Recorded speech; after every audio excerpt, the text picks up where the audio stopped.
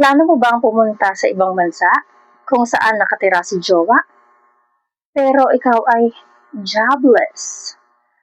First-time international traveler. Invited by boyfriend. Take note ha, boyfriend, hindi pa asawa. I got you.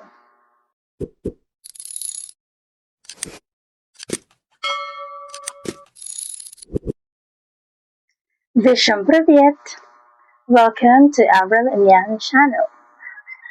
So in my previous video, shinare ko yung mga required documents na kailangan nating isubmit sa Russian Embassy para mabigyan tayo ng Russian private visa. So, syempre, hindi enough ang visa para makapunta ng Russia dahil kailangan pa nating makipagbakbakan sa immigration. So, eto nga, may nag-comment at nagtanong sa akin kung ano daw ba ang mga question sa immigration. So, disclaimer lang, yung mga isi-share ko na question ay based on my experience. Ito yung mga question na tinanong sa akin. So, it doesn't mean 100% kung ano yung maririnig nyo ngayon, ito rin yung itatanong sa inyo. So, merong possibility na ilan dito ay itanong or may mga documents na same sa akin na hahanapin din sa inyo. Okay, so, let's get started. Hingang malalim bago dumiretso sa immigration officer.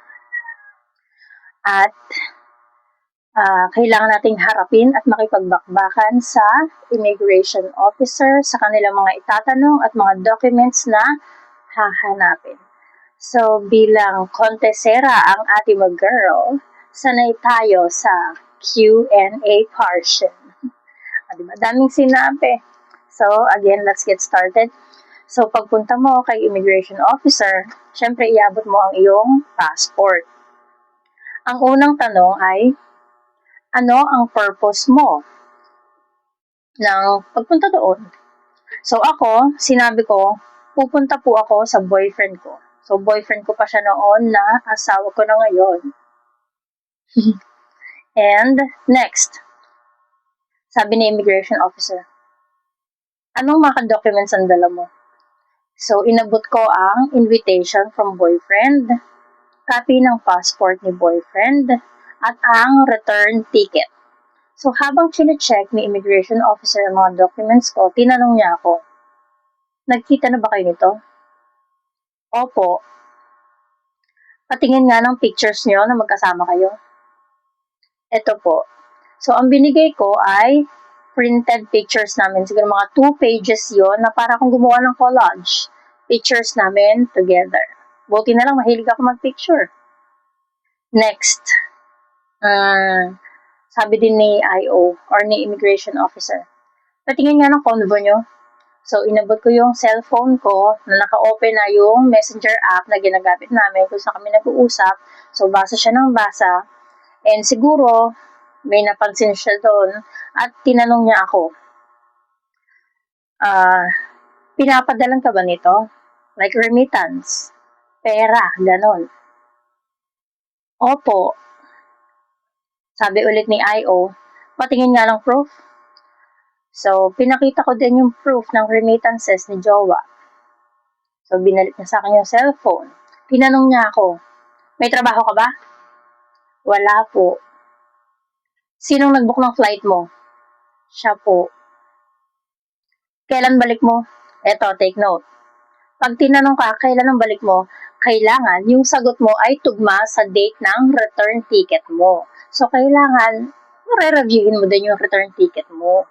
So, kung ano yung date na nakalagay na babalik ka ng Pilipinas, dapat yun din ang sagot mo. So, sinagot ko ganitong date po.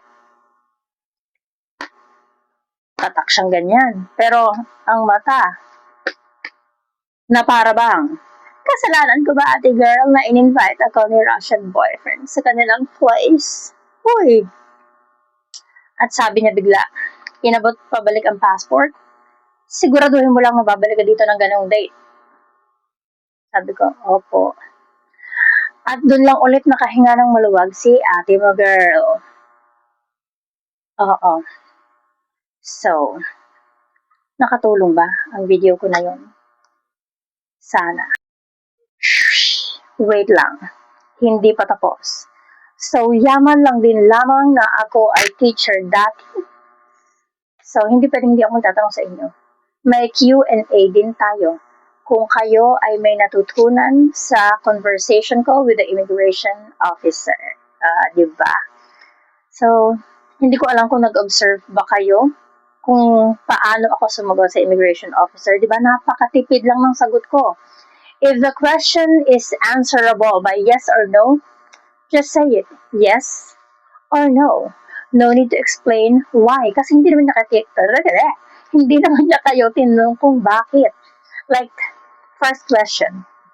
Anong purpose mo? Bakit ka pupunta sa Russia? Di ba? Ang sabi ko lang, pupunta po ako sa boyfriend. Hindi ko na sinabi na, pupunta po ako sa boyfriend ko kasi matagal na kami, miss na miss ko na kami. Kailangan ko magpadilig. Hoy, bad yun. Bad. Very bad.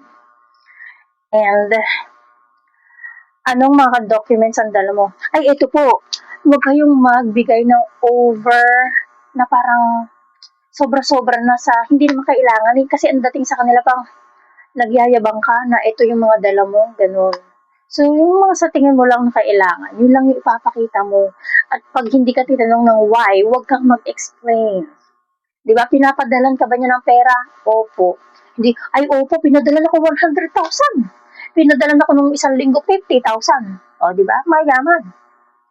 Tinanong ka lang eh. Hindi naman tinanong kung magkano, hindi tinanong kung bakit. Huwag nang sosobrahan. Di ba? Kaya nga, Q&A. Kailangan, basta. Tapos, ano pa? May work ka ba? Kaka-resign ko lang nun, pero hindi ko na sinabi. Eh, baka hanapan pa ako ng, certificate of employment na katunayang nagtrabaho ka at kaka-resign mo lang.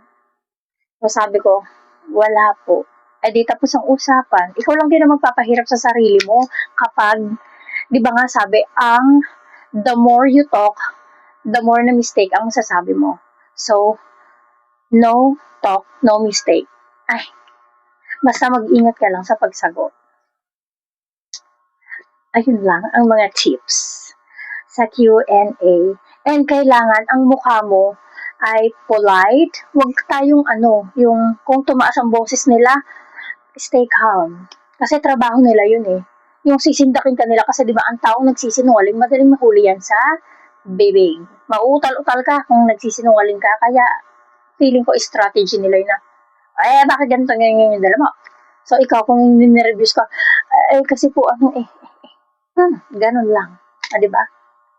So again, those are the immigration questions na itinanong sa akin. At again, ang sagot ko ay very matipid. And again, I hope it helps you a lot. And that's all for today. Paka-paka!